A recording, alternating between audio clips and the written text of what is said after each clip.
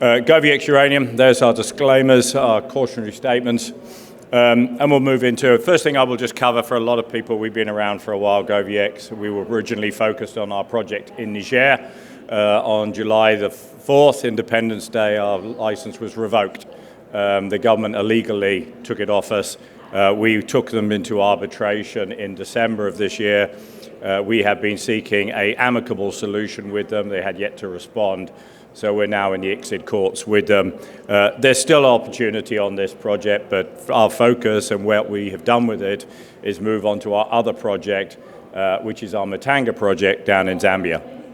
So, the thing I say to my own team, there are very few companies out there that you will find who in 1 year have a project expropriated and within 7 months will put out a bankable feasibility for their second project and then revert back into the market to get going. So now focus totally on Zambia. We have the Matanga project. We have acquired it in 2016. We've now taken it all the way through to where it is now with a bankable feasibility study out, hopefully this week, subject to the QP signing it off. We are mine permitted. We've just got to get the ESIA approvals done, which come off the back of the bankable feasibility study. In Zambia, that's about a 6-month process. This is a very simple open pit heap leaching operation. And it's right on surface. One of the main deposits, Matanga, has a 1-to-1 strip ratio. You're feeding ore to the plant within 4 months of starting mining on the operation. So very quick startup. Zambia is a mining country. For a while, it was the largest copper producer in the world before Chile got up and running. The government there is looking to triple copper production. They're putting a lot of money in to the country, focus, and so is the US and China. The US has just spent $500 million developing a railway line that goes from the copper belt all the way through the DRC, Angola, and out to the Atlantic coast. And the Chinese have developed another one going in the opposite direction through to Tanzania. So a lot of investment into Zambia. We have a lot of exploration upside. The project is right down in the south near Lake Kariba, which happens to have the Kariba Dam, which is a large power generator in the country, close to the capital of Lusaka. It's about 4 hours drive. Our main export route would be out of Walvis Bay, which is where all the Chinese production from Husab, from Rossing goes out, so we can deliver to both the east and western markets from there. And so easily accessible to the markets, easily accessible to the supply of materials that we need to build this mine. A geological setting, for those like the geology bit, I'm a mining engineer, so I'll brush over this pretty quickly.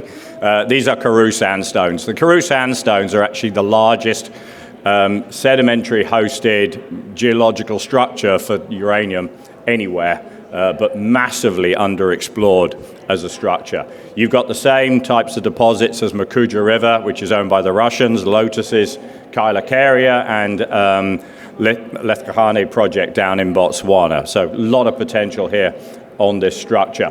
For us, we have the 3 mining permits. We actually now have a 4th mining permit. Kariba Valley last week was converted into a mining permit, so mine permitted. In 2023, we updated our resource. We did a lot of work on the Dibwe East deposit, converting that through into an indicated resource. Prior to that was all inferred. Grades are relatively consistent across this project. Most of the project from the feasibility study will focus on Dibwe East and Matanga as the primary 2 projects that we have. And let me just come to some of the key things of this project. Firstly, the rock is incredibly soft. You can take core and then stamp on it with your foot and it will crush it. So we don't need to mill. We're just going to crush using mineral sizers, which means most of that's fine just drops straight through it. Very low on power demand there, which is usually a big component of any mine. The rock is very open. It's only got 7% of fines in it. So when you put solution through it on the heap leach, it just runs straight through it. The minerals are 90% liberated. That means you can see 90% of the mineral, which means when you put the acid on, it can get straight to it. There's no hiding it from that point of view. And that is why we're ending up with these exceedingly high recoveries at over 90%.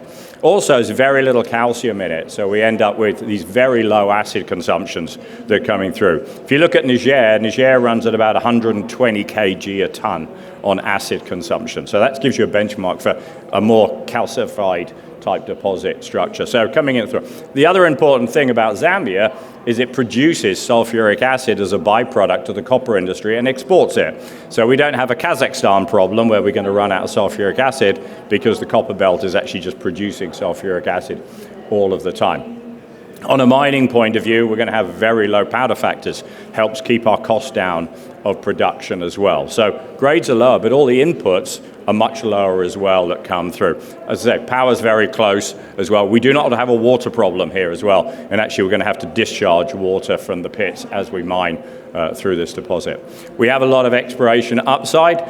The chart on the left-hand side, Matanga East, that shows the Matanga deposit, the Dibwe East deposit. There's one little dots all over.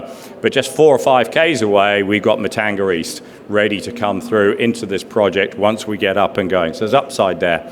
We have Kariba Valley, which is just to the south of us. So a lot of a potential. I can't tell you any of the numbers of the FS. That has to wait till later this week. But, we're getting close. The other thing I point out here is last year we did a deal on this project up here at Lundazi. And the reason we did that, we're the only uranium explorer in Zambia. There is one other uranium miner, and that is VRIC. VRIC mines uranium at the Lumwana copper project, but they just convert it into ion exchange resin, which they then store. They don't want to deal with turning it into U3O8. But the brown on this graph, this image here, that is the Karoo sands. The red is the basement rocks that are the feeder rocks. No different to what you see in the Athabasca. It's just right on the surface coming here. We acquired all of this data, which is all the radiometric flying that was done back in 2007 by a company called Africa Energy. And it shows radiometric anomalies all along that contact zone, which is exactly the same as we have down at Matanga. So this is an area we've just started into. We want to understand what the geology is like up here. Also, the infrastructure is a little more difficult in this area to what we've already got down. But this whole area is open, and just at the end of that map is Kailakaria, Lotus is mine. So the same structure goes all the way through. That's the maps for that one. ESG, it is a primary part of it. We have to get this ready for banking as well. I'm off to Indaba straight after this meeting, and all my meetings are with potential lenders for the Matanga project to start that whole debt program going forward. It's a very key part of this, but also one of the things you'll see a lot of companies say, we're going to employ local. Well, what you tend to find is they get there, they're ready to finance and build their mine, but they've actually done nothing to make sure that their local people have the skills to work locally on the mine. So 2 years ago, we started an adult education program here because we discovered over 80% of the adults, had no English education at all. So we're bringing them through on that, and then we're going to start technical training to get people through. Very important, you can't sell to the European utilities unless you are ESG compliant up to a European standard. So we have to deal with that. The market, I won't go through the market. You guys are here, so you're all clearly bulls on the uranium market. But let's put it this way, I've never seen it so good, and it's getting a lot stronger. The trade is out there looking at 90 to 100 if you look at Trade Tech UXC for the end of this year. Most of the analysts have now got $90 plus in their models for calculating NAVs. Let me just jump through that. Board, we have a lot of experience on our board. Govin Friedland is Robert Friedland's son. Myself, I've been in this industry far longer than I should be. Benoit Lassalle is the founder of Semafo Gold and Silver. Salma is actually an ex-debt financier for Paladin when it went through. We've recently brought Alison on for all of the ESG side that we're now having to deal with going forward. Share capital structure, we do still have the funds out there to get this feasibility study up and running, but we obviously have to look to where we go.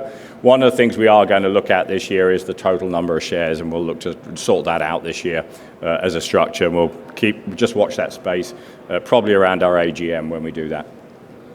So really from an investment case, we have a very strong project here. It is a very simple project. Hopefully the FS that's due out this week will show you that.